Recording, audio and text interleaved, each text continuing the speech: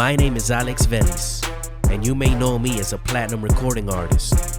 But beyond that, I'm a devoted Christian with a pretty controversial point of view.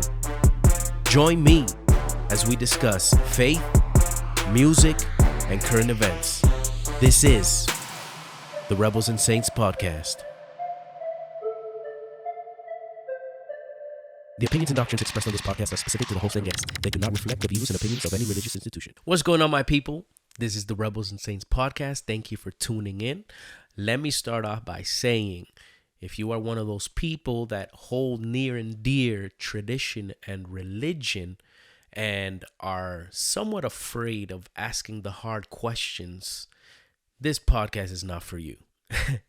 And on the other hand, if you came to the podcast thinking it's going to be a liberal type of view, or you said to yourself, oh man, finally somebody that's going against the church and everything, this podcast isn't for you either. But if you are like me and are honestly just looking for a community of like-minded individuals that just seek transparency and are trying to get on a deeper level and a deeper relationship with God, then welcome to Rebelz and Saintz Podcast. This is what it's about. My name is Alx Veliz. As you may have seen in the intro, I am a platinum recording artist. First and foremost, I am a Christian.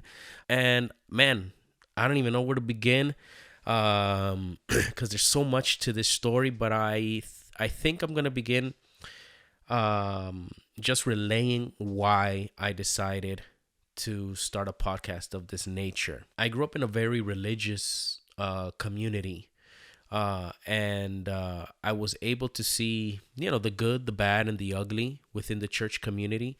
And I just really wanted to share a message of hope to all those people that have, like myself, been considered an outcast at some point in their life, just because of their beliefs or because of, what they stood for, or just because they rebelled against authority or something that they saw was wrong, or honestly, just for standing up against something, that was said on the pulpit or that they disagreed with, which was myself, honestly. So that's basically why I decided to make this podcast, because I face so much. I've seen so much in my Christian life. I've seen the evolution of Christianity, as you may call it. And I just wanted to, again, create that community for people like myself, where we can just share and express opinions without the fear of being judged or criticized or outcast. Because I think it's very important to express your emotions. It's very important to express your feelings, your points of views. And because that's the only way we can actually find a common ground, or just a ground where we can just respect each other, learn to respect each other. So with that being said, let's get down to it. This first episode, I'm going to be telling you about my testimony and how I started on my Christian life and how I ended up where I am today. And to start it off, I think I am going to tell you the story, one of the most traumatic stories of my life. I want to say I was like 15, 16 years old. Again, the church I grew up in, they wore the long skirts, suit and tie type of every Sunday. But I grew up in Toronto, Canada. So, I would show up in my baggy pants, I was into the hip hop culture and the urban culture, and that's just who I was. And, man, I remember there was this one youth camp that I had a friend that he was kind of like the leader of the crew, or the guy that everybody looked up to. And I remember he showed up late because he went to the record store because Vico C had just dropped an album. For those that don't know Latin hip hop culture, Vico C is one of the, if not the godfather of Latin hip hop. And it just so happened that he turned Christian. So for me, you can imagine being a Christian, boy, going to a public school, trying to hold on to his Christian values, but at the same time trying to fit in and trying to, understand other people's walks of life, this was an opportunity for me to show off something so creative, interesting, unique, and forward thinking, to my friends that weren't Christian. So I remember when my friend, he brought the album and he played it in the car. And the first thing I heard was Tony Presidio, to. And then after that one, Miren, guayo, aquel que había muerto de la tumba salió. Wow. Mind blown.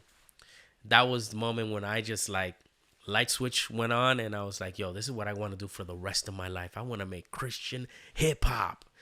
And a few weeks later, there was I think it was like a Thanksgiving service or a talent service where you can showcase your talents, the talents God gave you.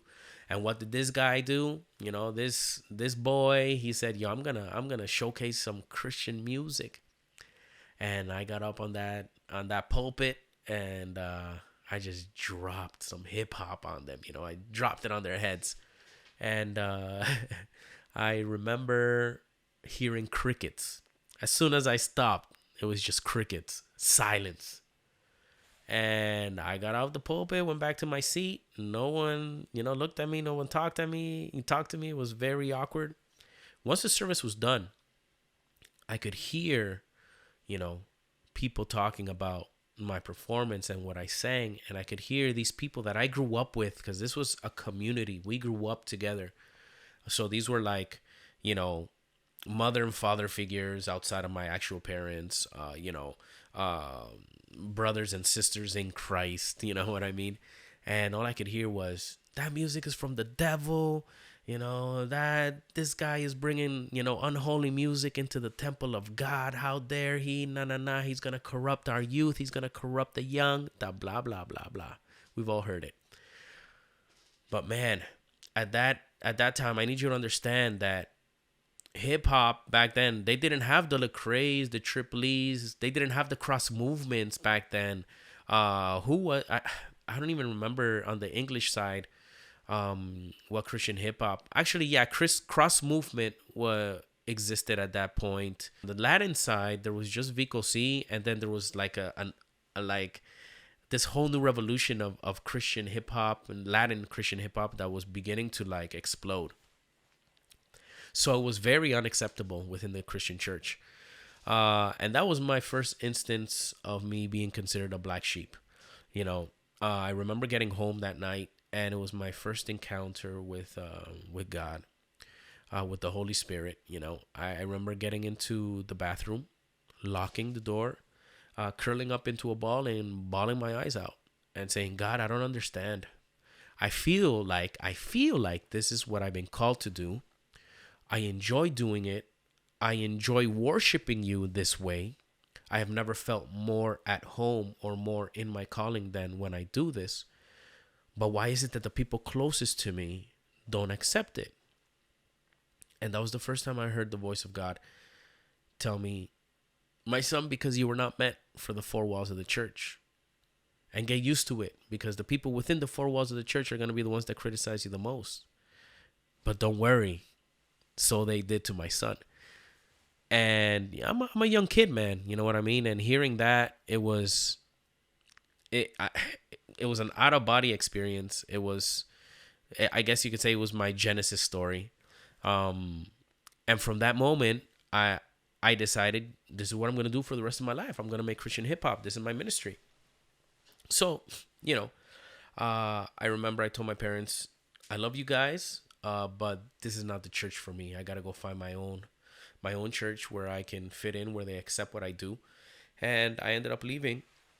I spent my years from the age of 18, I want to say, to 23, doing Christian music, Christian hip hop and reggaeton. And funny enough, man, the majority of my ministry at that time, the churches closed their doors on us because we weren't doing their quote unquote Christian music. So we got hired to perform in secular concerts. We'll talk about the difference between Christian and secular music on a future podcast episode, because that's another term I think it shouldn't even exist. But anyways, back to the point. The churches didn't open their doors for us. So the clubs, the stadiums, all these venues, they did. They opened their doors for us being Christian artists. And we opened up for like the biggest artists at the time: Don Omar, Tito and Bambino, Chrissy Angel, Zion y Lennox, Amarfis, Monchi Alexandra, Jerry Rivera. Man, the list goes on. And as Christian artists, dropping Christian music. But even while I was doing that, it was unfortunate because my eyes were open to the corruption that is the Christian industry. Now, don't get me wrong. There's corruption in every industry. But at that moment, it was very heartbreaking for me growing up as a Christian, trying to give myself to a Christian community, and then first of all not being accepted, but then on top of that seeing the, how could I say, the corruption behind it. I remember going to a conference where it was like, all these Christian artists and Christian media, and I remember being a young guy going and with my demo tape basically going and be like, oh, these guys, they're gonna see the anointing, they're gonna feel it, and they're gonna know that this is a calling from God, and boom, boom, boom. And I would go and I would give it to them, and the first thing they would say was like, yeah, well, who's representing you? What company are you with? What have you done? How many years in your ministry? Are you ordained? Are you this? Are you that? And obviously my answer was no. I'm independent. I represent myself, blah, blah, blah, blah.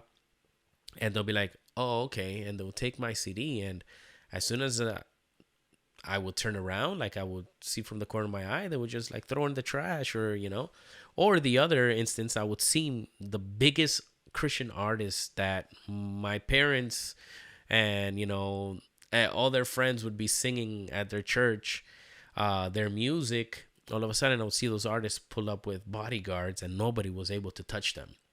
People would come up and it was like they were One Direction or Justin Bieber. Like, bodyguards were like almost checking people out of the way.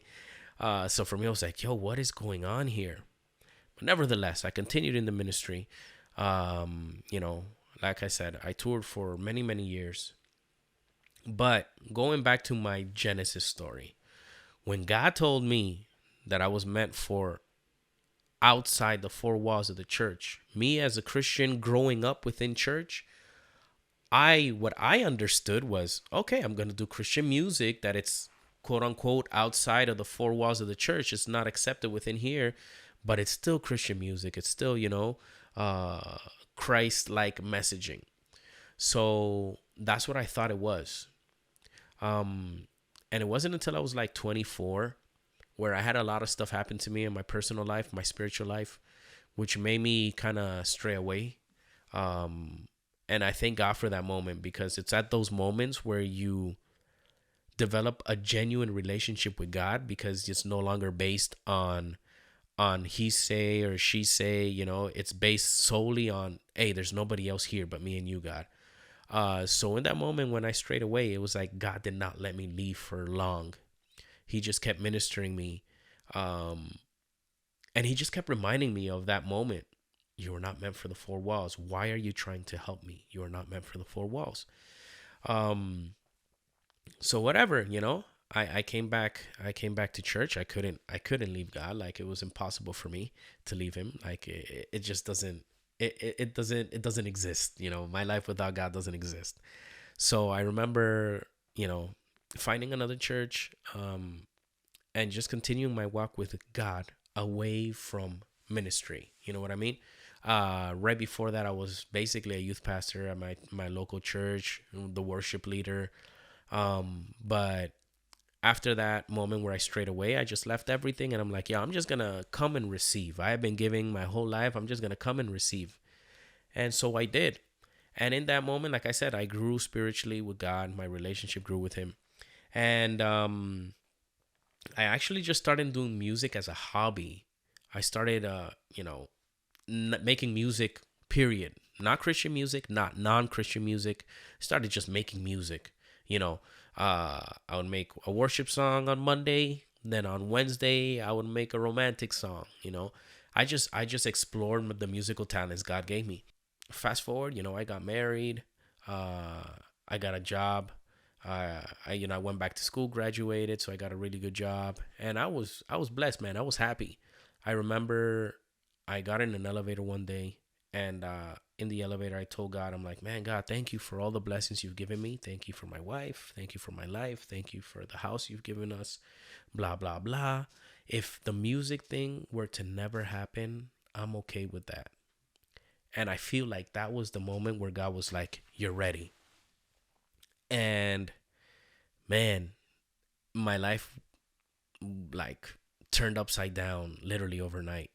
I want to say like maybe a week later, I noticed on my Instagram that I had a friend that I had met when I was doing ministry back in the day.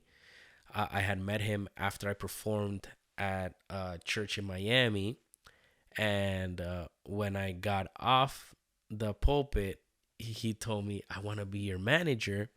And whatever, it didn't happen, but I said, nah, we're not looking for that right now. We're looking for something else. Fast forward, almost 10 years later, if not 10 years later, I see that he's in Toronto. So I reached out on Instagram, like, yo, what's going on? And we started going out, we started chilling. And he asked me, he's like, yo, do you still do music? And at that point, like I said, I was exploring my musical talents, and I had a lot of music. So one of the songs I showed him was Dancing Kizomba. And he told me, he's like, bro, you're supposed to do music. You're supposed to be an artist, man. This is your life. This is what it is. And I told him, like, nah, bro, I tried it. It just didn't work, and all that. And he told me, he's like, yo, give me a month. And I'm like, okay. And it just so happened that he got hired to be the head A&R of Universal Music. And he told me, he's like, and I think you're exactly what we're looking for. And I remember not even a month passing after that prayer I had in the elevator, thanking God for the blessings he's given me, that I had gotten signed to Universal Latin, Island Def Jam, publishing deal with Disney. Then after, when we released the first song, 7 million streams in the first week. This is when Spotify first opened. And then it just went boom, boom, boom, boom, boom, boom. Like it just went crazy. You may ask yourself, why am I telling you the biography of my music career?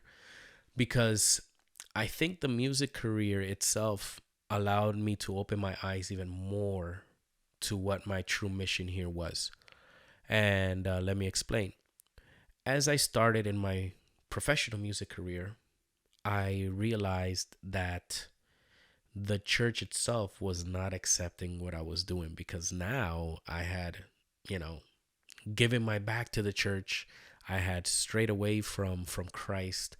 I had joined the Illuminati. I had sold my soul to the devil. It's everything you can think of. I heard it. But for me, it didn't affect me, man, because I just remember telling myself and telling my wife, babe, if they didn't accept me when I was doing Christian music, what made me think that they were going to accept me when I'm not doing quote unquote Christian music? And all the while, I developed an even stronger and more intimate relationship with Christ. And man, I started finding like-minded people. And beyond that, I started finding hurt people within that industry. And that's when I understood my calling. I started meeting very, very influential people that they all started or went through something very similar to what I did. They all started within the church, and then they would tell me the same story. Like, Alex, the church didn't accept what I was trying to do. I was trying to, be a light in the darkness. I was trying to do this. I was trying to do that, but they just didn't accept it. And I understood in those moments that my calling was never to be a youth pastor, was never to be a worship leader. It was never to be a secular singer. It was to ask forgiveness to those that were hurt by the church. I understood that in those moments, all I had to say was, you know what? I'm sorry for what you went through. This is not what Christianity looks like. and this is not what we should be representing. I found myself in studio sessions, in interviews, in meetings with very powerful people within the industry, and having one-on-one, conversations, deep conversations. And honestly, like, people would break down. They would give their lives back to God. I've seen lives transformed. Things that would have never happened if I would have stayed within the four walls of the church. Things that would have never happened if I would have listened to those voices that said, you are not doing God's will. And that's why it was very important for me to make a podcast about this. I wanna say right off the bat, this is not a podcast bashing the church. Not at all. If anything, this is a podcast to bring about truth and hopefully bring about healing, so that way we can bring healing to the world outside. I'm trying to show the people within those four walls that, hey, there's a world outside that needs our help, that needs our love, unconditional love, without our criticism and without us trying to impose on them our walk of life. That's not our job. Our job is just to showcase love and let God do the rest. Get what I'm saying? So that's the point of this podcast. We're going to be talking about various things that are taboo. Get what I'm saying? That's why I said, if you hold on to your traditions and religion without asking the questions, this is not for you. We're going to be talking about smoking weed, drinking. We're going to be talking about spiritual manipulation. We're going to be talking about the LGBT community. We're going to be talking about all those things that the church does not like to talk about, because they don't want to ruffle feathers. Those are the things I want to talk about. Those are the things that I feel this generation needs to talk about, with people that are actually going through those situations or that have different points of view. I want to hear those people's points of view. How can I determine what is right or wrong? How can they determine what is right or wrong? How can we come to a neutral ground or an understanding or a respect, at least, without hearing each other out? I feel for the longest time, the church itself has just locked themselves behind those four walls, and we have forgotten what the mission has actually always been, which was to showcase Christ. I firmly believe that if Christ was here today, he would have these hard conversations with people, because that's what this generation is looking for. So, without further ado, thank you for joining us. Welcome to the Rebellion. This is the Rebelz and Saintz Podcast.